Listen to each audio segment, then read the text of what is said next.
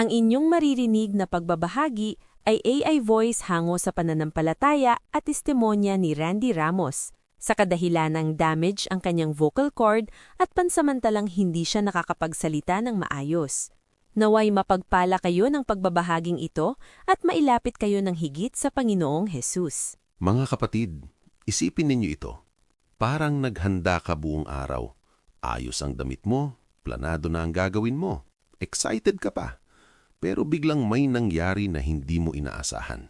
Nadumihan ka, nagkamali ka, o may sumira sa plano mo. Nakakainis, di ba? Ganyan ang buhay. Kahit gaano ka ka-ready, may mga bagay na hindi mo kontrolado. Pero eto ang mahalaga. Kahit hindi nasunod ang plano mo, hindi ibig sabihin mali na ang direksyon mo. Minsan, ang Diyos ang nag-aayos muli ng plano para mas maging tama. Oo, kayang gamitin ng Diyos ang iyong mga kapalpakan sa buhay kung papayagan mo siya. Maayos niya ito kung isusuko mo sa Kanya ang mga pangyayari, lalo na kung patuloy mo siyang mamahalin at pagtitiwalaan.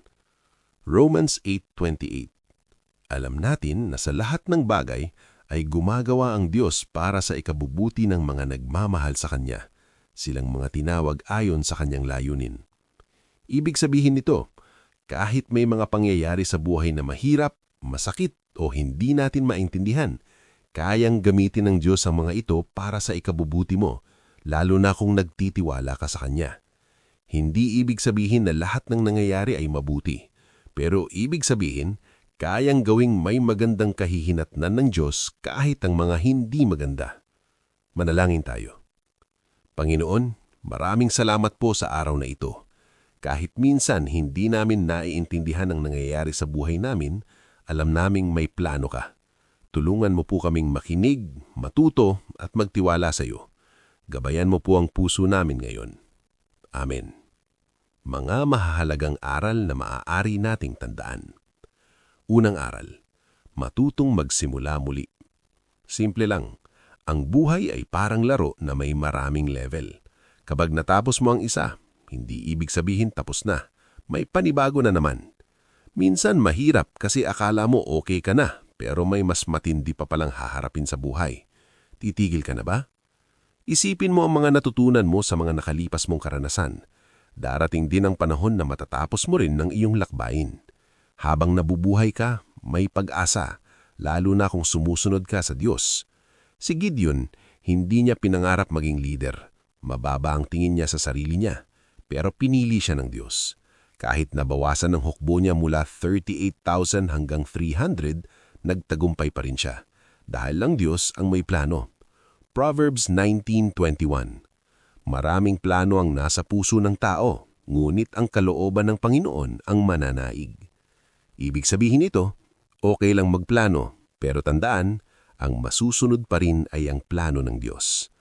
Kapag may nangyaring hindi mo gusto, sumablay ka, may nawalang relasyon o nagbago ang sitwasyon, huwag mong isipin na tapos na ang lahat.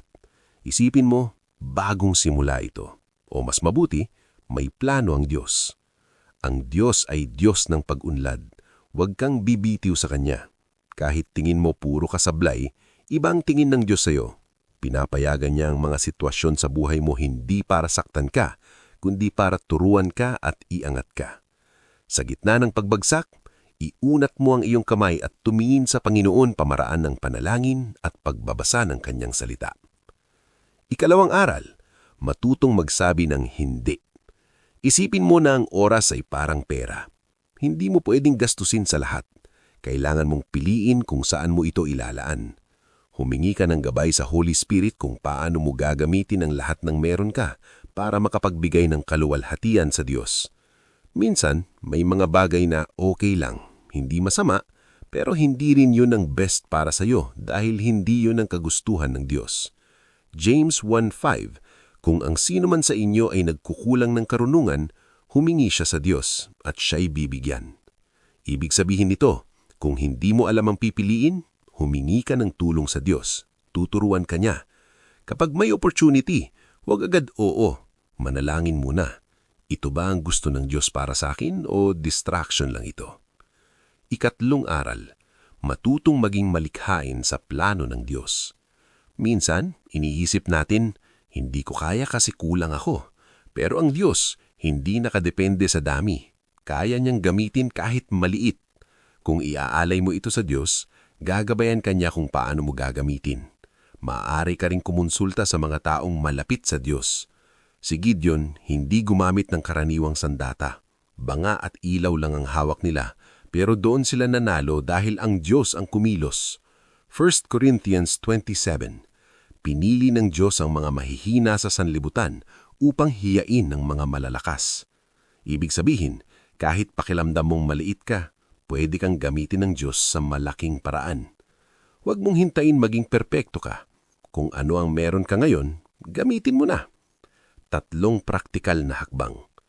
Una, kapag nasira ang plano mo, huminto ka at manalangin. Hindi ka nawawala, inaayos ka lang ng Diyos. Ikalawa, matutong pumili. Hindi lahat ng good ay para sa iyo. Ikatlo, simulan mo na kung ano ang meron ka. Maliit man yan, kayang palakihin ng Diyos. Manalangin tayo.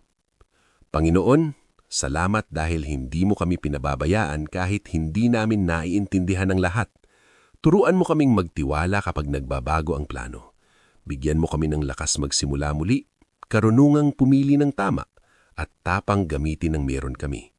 Naniniwala kami na ang plano mo ang pinakamaganda. Sa pangalan ni Jesus. Amen. Bago tayo magtapos, maraming salamat sa inyong pakikinig.